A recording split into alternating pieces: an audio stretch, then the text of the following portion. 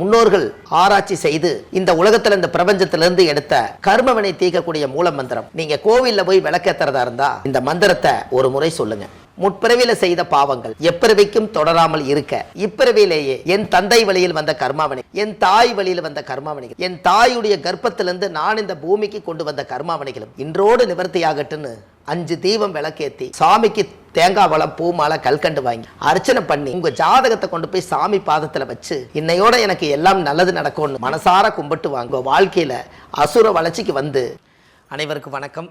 பாரம்பரிய திருவள்ளுவர் குல வம்சம் பிரசன்ன ஜோதிடர் சுபமாரிமுத்து திருப்பூர்லேருந்து இந்த பதிவு உங்களுக்காக. புனர்பூச நட்சத்திரம் இல்லைங்களாங்கம்மா? புனர்பூச நட்சத்திரம் எத்தனாவது நட்சத்திரம்? அசுபனி, பரணி, கிருத்திகை, ரோகிணி, மிருகசீரிசம், திருவாதிரை, புனர்பூசம்.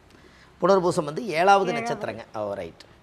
இந்த புனர்பூச நட்சத்திரம் 7வது நட்சத்திரம். இந்த புனர்பூச நட்சத்திரம் யாருன்னு கேட்டிங்கன்னா ராமர் பிறந்த நட்சத்திரம். ஓகே, என்னங்கம்மா? ராமர் பிறந்த நட்சத்திரம். இந்த ராமர் வந்து புனர்பூச நட்சத்திரத்தில் பிறந்தார். அவர் ராமர் பிறந்ததுக்கப்புறம் இந்த உலகத்துக்கு வந்து ராமரை நினச்சா எல்லாரும் சரியாயிக்குவாங்கன்னு சொல்லித்தான் ராமருக்கு புனர்பூச நட்சத்திரத்தில் என்னென்ன பலன் நடந்ததுன்னு ஒரு ஐதீகம் உண்டு.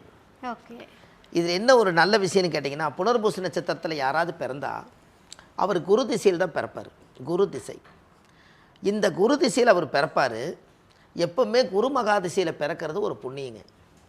சனி திசை வேறு, கேது திசை இருக்குதுங்க, செவ்வாய் திசை இருக்குது, இதெல்லாம் பாவர்கள் திசைன்னு சொல்லுவாங்க. இந்த குரு திசையில் பிறக்கிறதுக்கு ஒரு பவர் வேணும். அதில் ராமர் பிறந்தார். இந்த குரு திசையில் பிறந்துக்கிறவங்க பாருங்கள், பெரும்பாலும் ஆன்மீகத்துக்குள்ளே தான் இருப்பாங்க. எங்கள் அப்பா கோயில் கட்டி வச்சாருங்க, எங்கள் தாத்தாலாம் ஒரு காலத்தில் பூசாரியாக இருந்தாருங்க, ஒரு காலத்தில் சாமி ஆடுவாருங்க, குறி சொல்லுவாருங்க, சொன்னால் வாக்கு தவறாதுங்க, இப்படி எல்லாம் சொல்கிறாங்க இல்லைங்களா? அந்த வீடு ஆன்மீக குழம்பாக இருக்கும். அந்த ஆன்மீக வீட்டில் இந்த குரு திசை பிறக்கும். இந்த புனர்பூச நட்சத்திரத்தில் யாராவது ஒருத்தர் பிறந்தாங்கன்னா, யாராவதுக்கு ரெக்கமெண்டேஷன் பண்ணாருன்னா அந்த கடனை இவர் தான் கட்டணும். என்னங்கம்மா? புனர்பூச நட்சத்திரம் மற்றவங்க கடன் இது கட்டுங்கன்னு. ஓகே, கையெழுத்து போட்டதுக்காக. ஆமாங்க. இவருக்கு நீங்கள் கொடுங்க, கொடுக்கலைன்னா நான் ஆச்சுன்னு சொல்லியிருப்பாங்க இல்லைங்களா?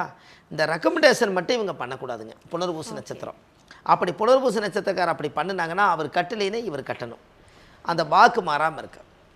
அப்போது புனர்பூச நட்சத்திரத்தில் யாராவது ஒருத்தர் பிறந்துட்டா அவர் வாழ்க்கையில் கஷ்டம்னு கேட்டிங்கனாலே, நல்லா இருக்கிறீங்களான்னு கேட்டாலே முக்காடு போட்டு அழுவாராம்.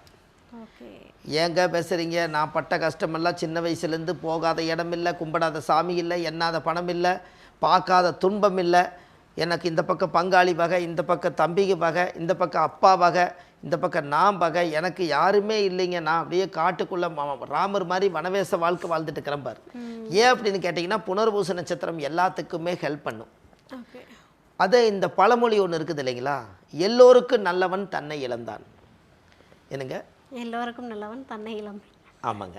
ஓகே, அவர் எல்லோருக்கும் நல்லவனாக இருக்கிறவர் தன்னைவே இழந்துருவாராம். உண்மையை செய்தவன் சதிகாரன். என்னங்க? உண்மையை செய்தவர் சதிகாரனுங்கண்ண. ஓகே, அப்போ உண்மையை செய்தவர் சதிகாரன்னா இந்த உலகத்தில் உண்மை செஞ்சால் சதிகாரன்னு பட்டம் வாங்கினாராம். இப்போ ராமர் உண்மையாக தான் இருந்தார். ஆனால் சம்மந்தமே இல்லாமல் சீதா தேவியை கடத்திட்டு போனது ராவணன். கடைசியில் ராமர் கோபம் வந்து ராவணனை கொன்னார். கடைசியில் பிரம்மகத்தி தோசை யாருக்கு பிடிக்குது? ராமருக்கு பிடிக்குது. நல்லா இருந்த மனுஷியை ராவணன் கடத்திட்டு போனதுக்காக இவர் சதிகாரம் ஆகிட்டாரா இல்லையா? என்னங்க? ஆமாம், அதானுங்க. அப்போ உண்மையாக இருந்தவர் சதிகாரம் ஆகிட்டார் இல்லைங்கண்ணே. அவர் ஏன் சீதா தேவி அவங்க கடத்திட்டு போகணும்? ராமர் ஏன் மீட்டெடுக்கிறதுக்காக போய் ராவணனை கொல்லணும்? சம்மந்தம் இல்லாமல் அவங்க பாட்டுக்கு நிம்மதியாக வாழ்ந்துட்டு இருந்து போட்டு உண்மையாக இருந்தவருக்கு சதிகாரன்னு பட்டம் வந்தது இல்லைங்களா? அந்த கோபத்தை தூண்டி விட்டது யார்? ராவணன் தானே. அப்போ அவர் வந்து அது எல்லோருக்கும் நல்லவன் தன்னை இழந்தான்.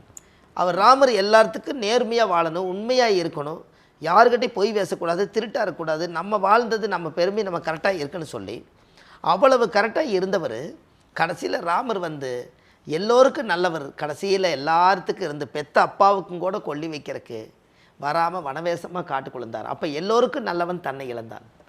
இப்போ தெரியுதுங்களா? இந்த வார்த்தைகள் வந்து அந்த காலத்தில் முன்னோர்கள் சொல்லி வச்சுக்கிறத எல்லோருக்கும் நல்லதாக இருந்தால் நம்ம தன்னை இழந்துருவோன்னு யாராவதுக்கு இந்த பதிவை கேட்டுட்டா அப்போ நம்ம எல்லோருக்கும் நல்லவராக வேண்டாம், முதல் நமக்கு நம்ம நல்லவராக இருக்கலாம்.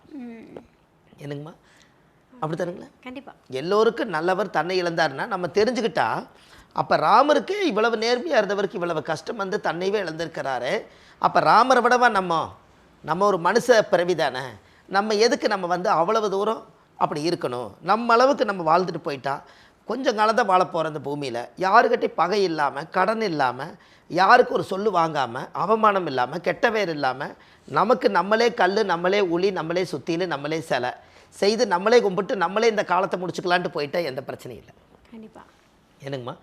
அப்போ குரு திசையில் யாராவது ஒருத்தர் பிறந்தா எல்லா கஷ்டத்தையும் அனுபவிச்சுட்டு அவர் 32 வயசுக்கு மேலே தான் ராமருக்கே நல்ல யோகம் வந்தது. 32 வயசு வரைக்கும் போராடினார்.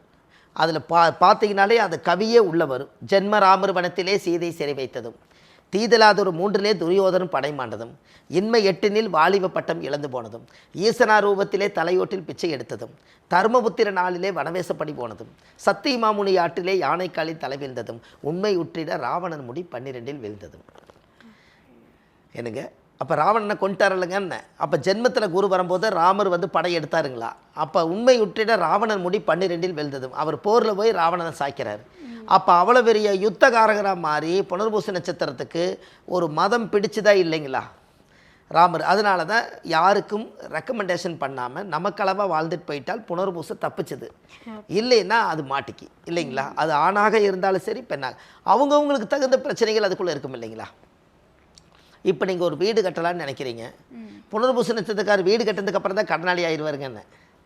ஏன்னா ராமருக்கு சொந்த வீடுங்கிறது நம்மளுக்கு அரசாட்சியில் என்ன சொல்லுதுன்னா, பகுதி காலம் வனவேச வாழ்க்கையை கழிச்சிட்டார் இல்லைங்க.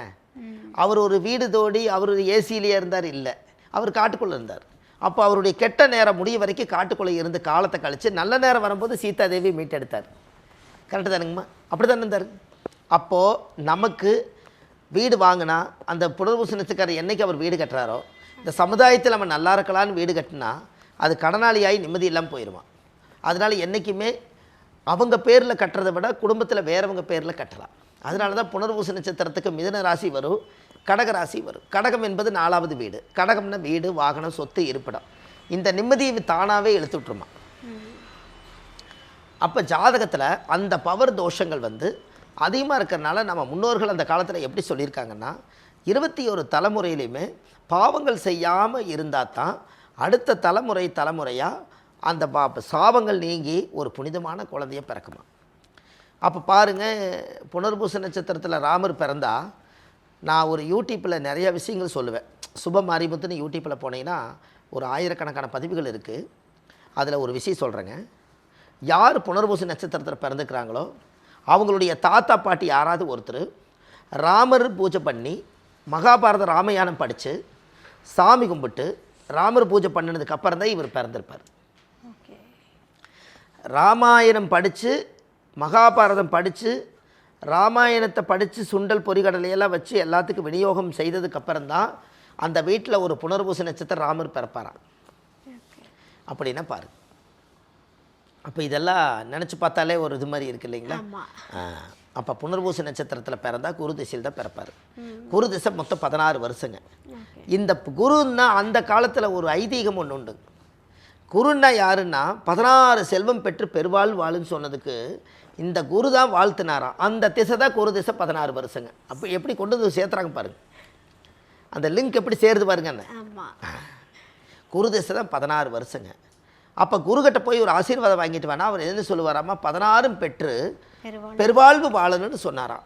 அந்த 16ங்கிறது எங்கே வந்துச்சுன்னா திசையில் தான் வருது. இந்த திசை இருப்பு தாயுடைய கர்ப்பத்தில் 9 வருஷம் இருப்பு. மீதி 9 வருஷம் இருக்குது இல்லைங்களா? 9 வருஷம் மொத்தம் 16 வருஷம். இதை 8 வருஷம் வச்சுக்கோங்க. அப்போ மீதி 8 வருஷம் தான் இருக்குது தாயுடைய கர்ப்பத்தில். அப்போ 8 வருஷம் முடிஞ்சோன்னே இவருக்கு குரு திசை 8 வருஷம் முடிஞ்சது. அப்போ சனி திசை ஒரு 19 வருஷங்க. 19 ஒரு 8 27 வயசுங்கும் போது இவர் கல்யாண வயசு. அப்போது குரு திசை முடிஞ்சு சனி திசை முடிஞ்சு புதன் திசை 17 வருஷத்துக்குள்ள இவருக்கு கல்யாணம். புதன் என்பது புதியன விரும்புதல். இடம், வீடு, வாசல், சொத்து, சோகம், மனைவி, மக்கள் எல்லாத்தையும் அனுசரித்து புதன் திசையில் அவருக்கு எல்லாமே கிடச்சிருங்களாம். அப்போ 17 வருஷம் புதன் திசைனா அப்போ 27 ஒரு 17 வருஷம் வந்துடுதுங்க. அப்போ கிட்டத்தட்ட பார்த்தீங்கன்னா 44 வந்துடுது. 27 ஒரு 17. அப்போ 27 இதில் ஒரு 17 தானே சொன்னீங்க. இப்போ 7 17 30 44 வயசு. இந்த 44 வயசுக்குள்ளே இவருக்கு புதன் திசையில் புதியன விரும்புதல். புதியன விரும்புதல்னா இடம் புதுசு, வீடு புதுசு, வாழ்க்கை புதுசு, தொழில் புதுசு, எல்லாமே புதன் திசையில் இவருக்கு நல்லா இருக்குங்க. கேது திசை 44க்கு மேலே ஒரு 7 வருஷம், 44 ஒரு 7 அப்படி வரும்போது என்னாகுது, 44 ஒரு 7 51 வயசுங்க. இந்த 51 வயசில் கேது, சுக்கிரன் திசை தான் 20 வருஷம் அவங்களுக்கு வந்து யோகங்க. அப்படின்னா பாருங்கள், 51 வயசுக்கு மேலே 20 வருஷம் சுக்கிரன் திசைன்னு 71 வயசு வரைக்கும் சுக்கிரன் திசை. அப்போ இவர் 50 வயசுக்கு மேலே கடமை முடித்து அந்த சுக்கிரன் திசை நல்ல காலத்திலேயே ரிட்டையர்ட் ஆகி உட்காந்துக்கிட்டே பணம் சம்பாரித்து கடைசி காலத்தில் நிம்மதியாக வாழ்றதுக்கு சுக்கிரன் திசை கடைசியில் வருதுங்கன்னு. 50 வயசுக்கு மேலே வருதுங்க. அப்போ சுக்கிரன் திசை அதை குட்டி சுக்கிரன் கொட்டி கமுத்துமா. அந்த காலத்தில் பழமொழிங்க, சின்ன வயசில் சுக்கிரன் திசை வந்தால் ஒரு பையனுக்கு வருதுன்னு வைங்க, ஒரு 17-18 வயசில் ஒரு பையனுக்கு சுக்கிரன் திசை வந்தால் அவருக்கு சின்ன சின்ன பழக்கங்கள் எல்லாம் உருவாயிரும். சுக்கிரன்னா தெரியாது அவருக்கு, எல்லாமே சின்ன வயசுகளையே கஷ்டப்பட்டு சின்ன வயசுலேயே அவர் ஆடி அசைஞ்சு எல்லாம் முடிச்சிருவார். அதனால் சுக்கிரன் திசை சம்பாதிக்கிற காலத்தில் பார்த்தா யோகம். அப்படின்னா பாருங்கள், அப்போ சுக்கிரன் திசை 51 வயசுக்கு மேலே தான் புனர்பூச நட்சத்திரக்காருக்கு வருது. இங்கே குரு அங்கே சுக்கிரனில் முடியுதுங்க. கரெக்டுங்களாம்மா? இங்கே குரு அசுரகுரு, இங்கே வந்து தேவகுரு, அங்கே அசுரகுரு. இங்கே தேவகுருங்கிறது பிறக்கும்போது குரு திசையில் பிறந்தார். குரு முடிஞ்சு, சனி முடிஞ்சு, புதன் முடிஞ்சு, கேது முடிஞ்சு, சுக்கிரன் 5ஆவது திசைக்கு வரும்போது அவருக்கு வயசு 70ங்க.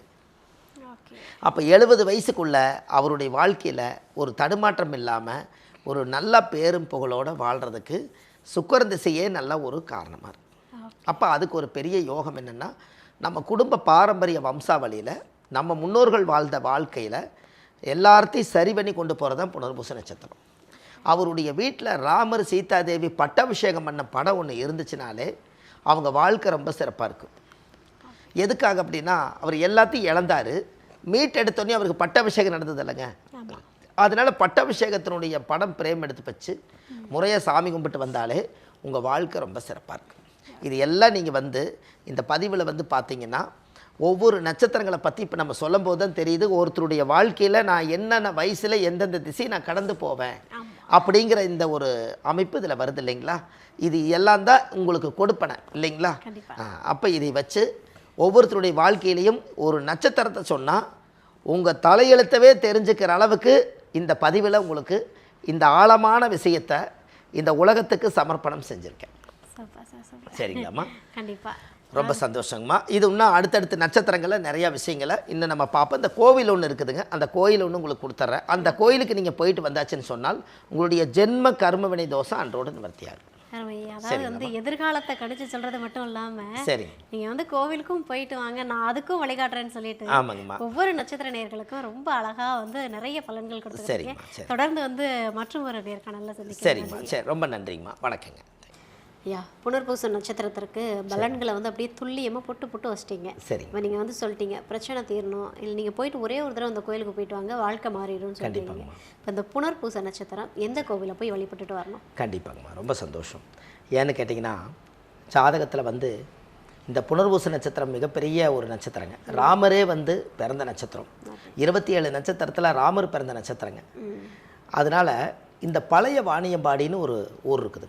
அவங்க கூகுளில் சர்ச் பண்ணும்போது வாணியம்பாடின்னு போடக்கூடாது, பழைய வாணியம்பாடி அததீஸ்வரர். இந்த கோவில் வந்து பழைய வாணியம்பாடி கோயில் பக்கத்தில் இருக்குதுங்க. இந்த கோவிலில் போய் சாமிக்கு 5 விளக்கு தீபம், சுவாமிக்கு தேங்காய் பழம் மாலை கல்கண்டு வச்சு பூஜை பண்ணி சாமி கும்பிட்டு வந்தாங்கன்னா அன்னையோட அந்த ஜாதகத்தில் இருக்கக்கூடிய அந்த கர்மம் ரிலீஸ் ஆயிரும். அதுக்கப்புறம் அவங்க வாழ்க்கை அசுர வளர்ச்சிக்கு வருங்க. சூப்பர்.